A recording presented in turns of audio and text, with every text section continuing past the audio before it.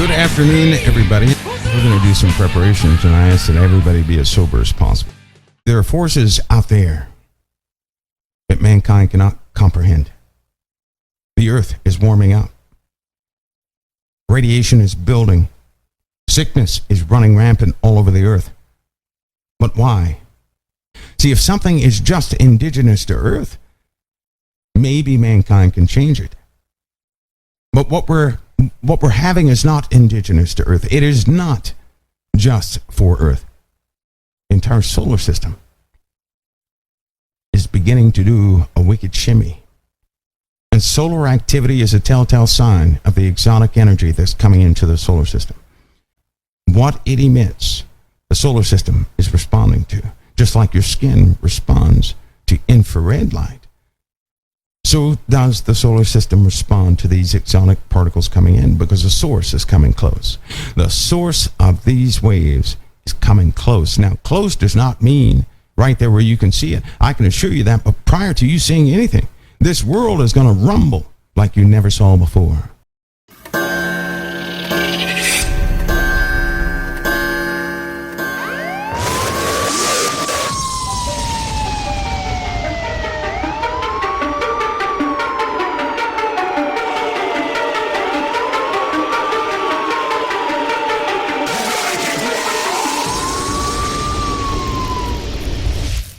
For the risk of sounding like a person who truly did jump out of the bushes yelling, "It's coming, it's coming." Joe! Bill! It's coming!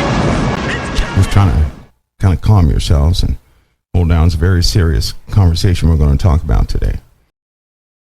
It's not my job to cause anybody to believe, but out of my heart, I do wish to give you warning, a little preparatory time, that you can be prepared and not taken by what you may see coming.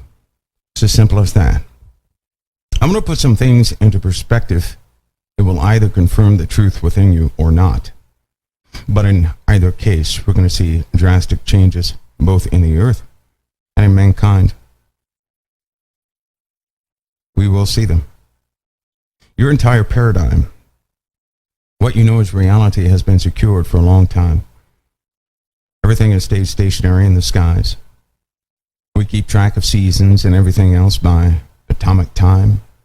Things of that nature are constants in science and in formulas. We've been spoiled, really. We've had a time of rest for a long time.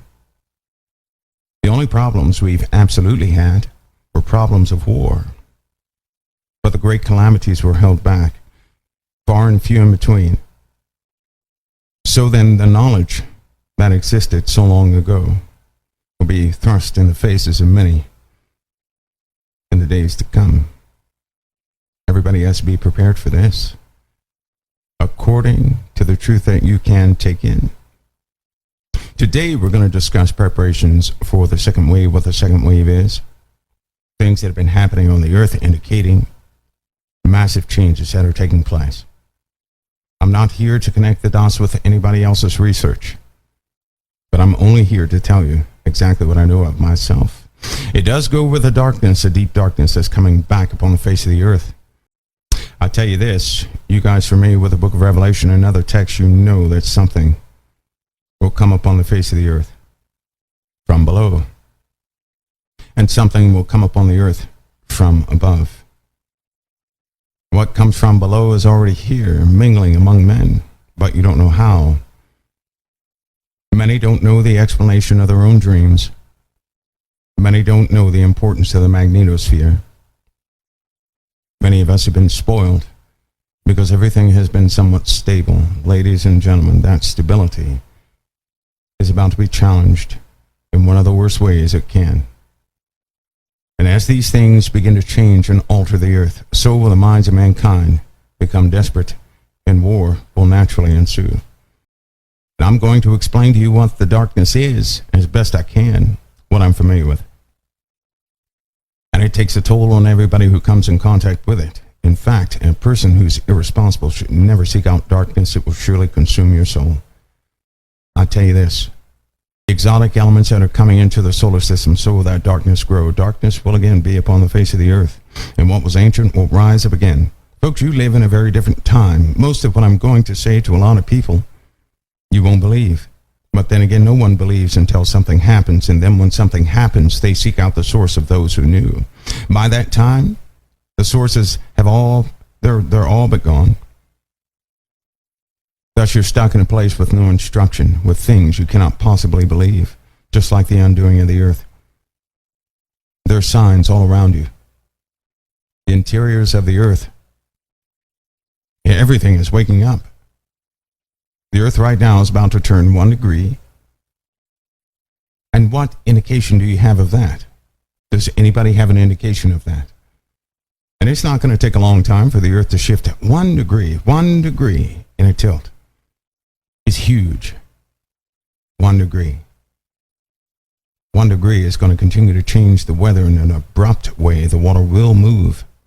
Melting will start. And this is what they always knew about. It is under the cover of global warming. I tell you this, the changes of the earth have nothing to do with humanity and everything to do with truth, and it's covered over with a lie. Global warming, a key word used for the elite to grab their attention and foretell of meetings and everything else. Do you know what happened in 2004? That's when all the knowledge was solidified. The knowledge of global warming actually began in the 1900s.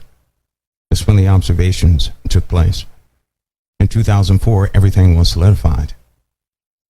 Preparations were made in the 1930s and 40s so they could survive. Yes, they have underground bases. Who doubts that? And this won't be a talk about the underground bases, but I'm telling you, they do exist. They do exist. I mean, everybody should know the common underground bases. The CFR for Greenbrier, built in 1958, 1962, that was build time. It was to allow people to operate and sustain them for 60 days. NORAD, Cheyenne Mountain, 1961, 1965, build time. That's the Space Control Center, communications for the National Military Command. Iron Mountain, that's where the elite are protected. We can go on, China Lake, Mount Weather, Denver, Australia, Israel. They have underground bases there too. These things were built. 4 to 5 year build time back then. What do you think it is now? How vast do you think these structures are now? And I tell you, they're preparing for something. You know it as global warming, which began in 2004. Do you not know in 2004, global warming was actually placed on Net Geo's website, National Geographic, and it was also in Business Week. What's it doing in Business Week? And they gave you the cover that somebody was trying to make money off of it. That was to throw you off the path. Let me tell you how they work. Can I just tell you how they work? Because global warming has to do with the exotic things that are coming into the solar system. They are intertwined, one in the same. Let me tell you how they work, though. Because you not having certain knowledges, you're kept in the dark about many things. You can only believe what you see, and so you buy the paradigm of which they place before you. When they get somebody that grows up in their educational systems, they cause them to believe in a lie, and thus they go out with a sincere heart and begin to fight for that lie. Global warming. You see how that works? They actually do believe in global warming, those spokespersons, because they sincerely believe you can always detect the sincerity. That's what keeps it plausible in your mind. It's important you understand this process. That's how they work. It's how they always have worked. Is everybody clear on that process? Like with the government, they raise a person telling them lies about the government, education. They pat them on the back and say, job well done, and then they place them in a position of power. That person wholeheartedly does their job, believing in what they're doing. They do that so that because you can always sense sincerity.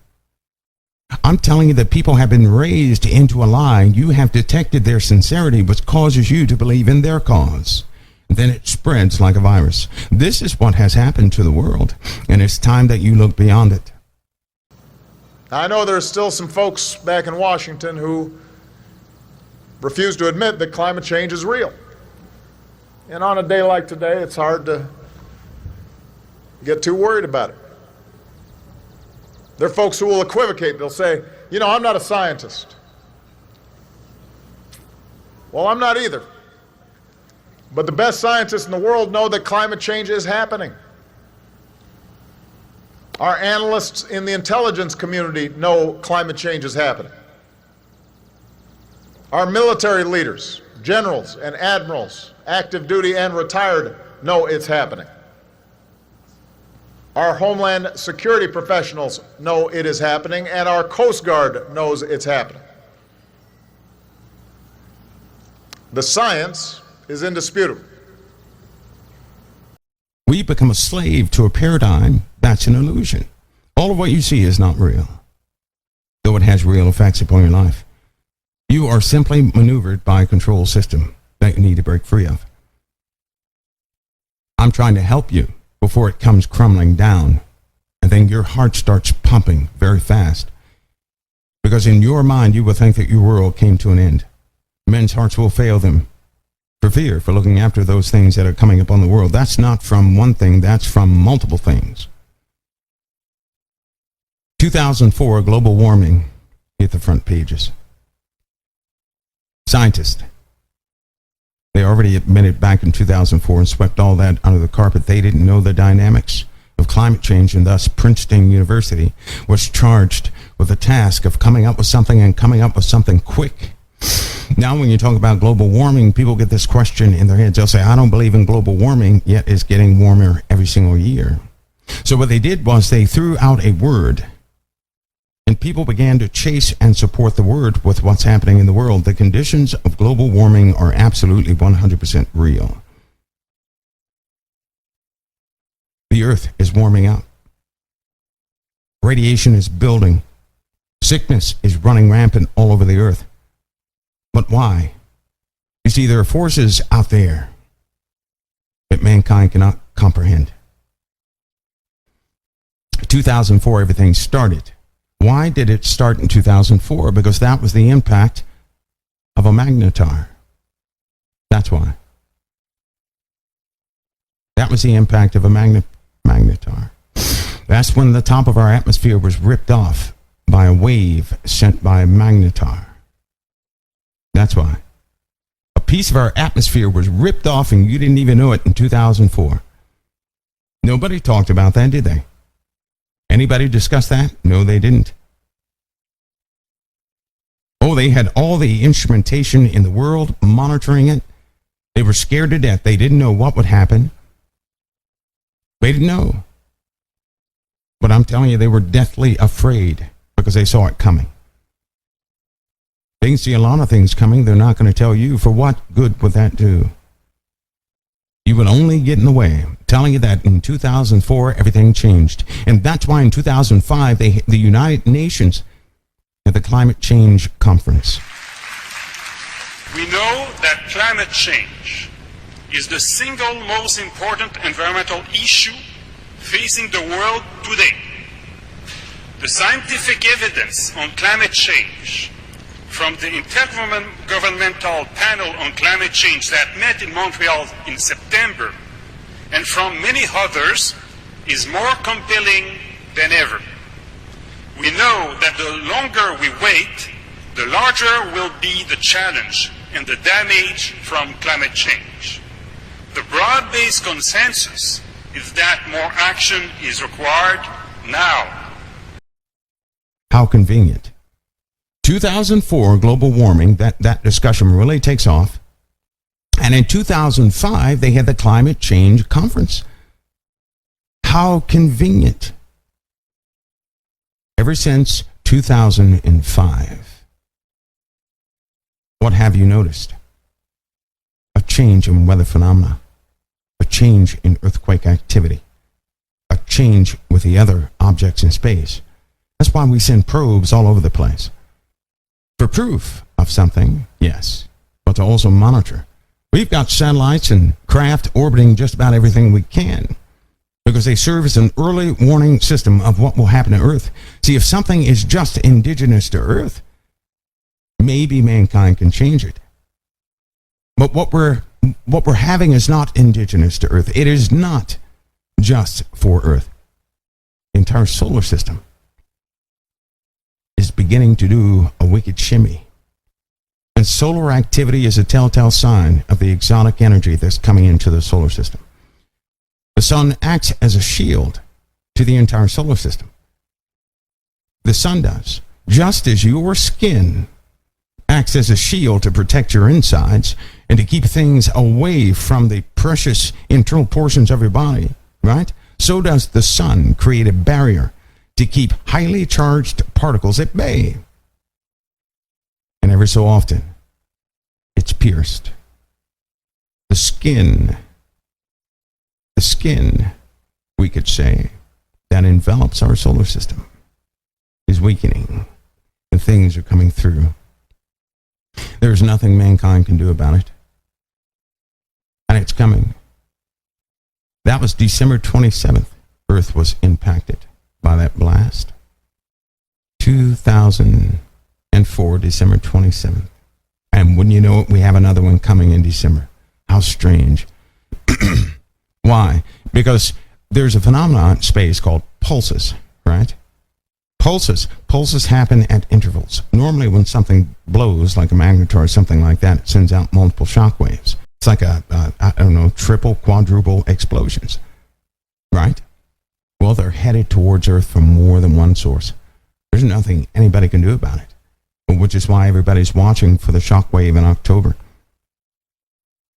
We could have some severe atmospheric problems in October as a shock wave finally passes through Earth. It is believed right now that shock wave could affect at least 1/3 of our atmosphere. As far as the other effects, nobody knows. We do know that this thing is just charged with energy because it's coming from a source of almost pure energy.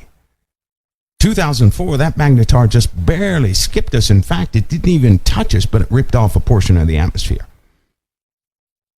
I tell you this, when it passed, it was millions of miles away, but it still sucked off part of our atmosphere. That's a problem. I believe the distance of that pulse of the magnetar was about the distance from Earth to Mercury. That's the distance you're talking about, right? I'm sorry, twice the distance between Earth and Mercury. It was twice the distance, and it still popped off a piece of our atmosphere. Still, even with that distance. So can you begin to see what the Earth must undergo, what it's about to undergo? It's not a plaything. There were also psychological effects that took place in 2004 that have been evolving since then. Listen, a great war is also on the horizon. Now, they're going to utilize the breakdown and the fracturing of this planet, and war will ensue. They're going to utilize this heavenly event, this event of a breakdown. They're going to use that to their advantage for war. The inhabitants of the earth will surely be few. I would go so far as to say 50% of humanity in the first phase of this war is going to be dead. Everybody with me so far? Just like CERN, right? There is a public side of CERN, and then there's the true side of CERN. I can assure you nobody's trying to collide little bitty particles and to find out what. I can assure you that's not the mission. What are they going to do? Cure cancer with it? No. It all leads back to something else. Now, there is the public side of science, of which people are passionate about, and that's the part they know. But listen to me close. In every single experiment, somebody collects the data. Who collects the data, not everybody's aware of. So what they're doing is having people who believe in the experiment, giving them a portion of a job. They go out and accomplish that job and spend their lifetime doing it so somebody else can collect the data, and they're doing something else with the results. But the people up top, they only know the experiment. They're saying, yes, we're doing our best in the experiment. It works. And that's how they get back online and say, well, you don't know what you're talking about. CERN has nothing to do with this, that, and the other. That's what the experts will say. CERN has nothing to do with this, that, and the other. Why? Because they're passionate about that compartmentalized task that they have. So they accomplish what they're given to accomplish, but as a whole, they they don't know what it's producing. There's a portion of science that's a mystery to those folks. They're not educated in full sciences. Why in the world would anybody ever do that? If you had knowledge of all things, there's no way you could teach others knowledge of all things. They wouldn't have a precept for it. So those who know the exotic sciences and the rest of the sciences are the ones who are collecting the information, doing something with it. The particles are already coming through. They're already coming through, right? It's kind of like a fireplace. You light up a fireplace, right? You get near the fire and you start feeling the heat. The fire didn't pass through you, you didn't pass through the fire, but you feel the heat. What is that? Infrared light. All you're feeling is light. You know that? That's what you feel. Light. That's all you're feeling. What is that infrared light? It's radiation. Is it going to kill you? Well, if you're overexposed to it, it's going to burn you up. But your flesh reacts to the radiation. It raises your body temperature by exciting molecules in your flesh. Therefore, you feel heat. Heat is movement. Movement is heat. Okay, you got that? Heat is movement. Movement is heat. So when you get near something that's infrared, the molecules internally begin to move around a lot more, and then you feel heat, the heat of your body. In the same fashion, this wave is coming through. What it emits, the solar system is responding to, just like your skin responds to infrared light. So does the solar system respond to these exotic particles coming in, because the source is coming close. The source of these waves is coming close. Now, close does not mean right there where you can see it. I can assure you that, but prior to you seeing anything, this world is going to rumble like you never saw before. You telling me this second wave is not going to impact humanity? I'm telling you it is. In October, we're going to find out some details, good or bad. We'll put them out there. You're going to hear many things, but it's always good to have your ears open to the Holy Spirit and the truth that is within you. That when it is time to do something, you move. And when it is not time to do something, you stay still. Because it could be life or death to you. That means I don't have the final word on what you must do. The Lord does. Not one man on earth has a final word for what you must do. The Lord knows what you must do. And because he said he will never leave you nor forsake you, he will instruct you. Okay? So as I go through these things, I can only advise. But you must have your ear open to the Lord. Because if you don't, you're going to follow the advice of man, and by that man's words you may die.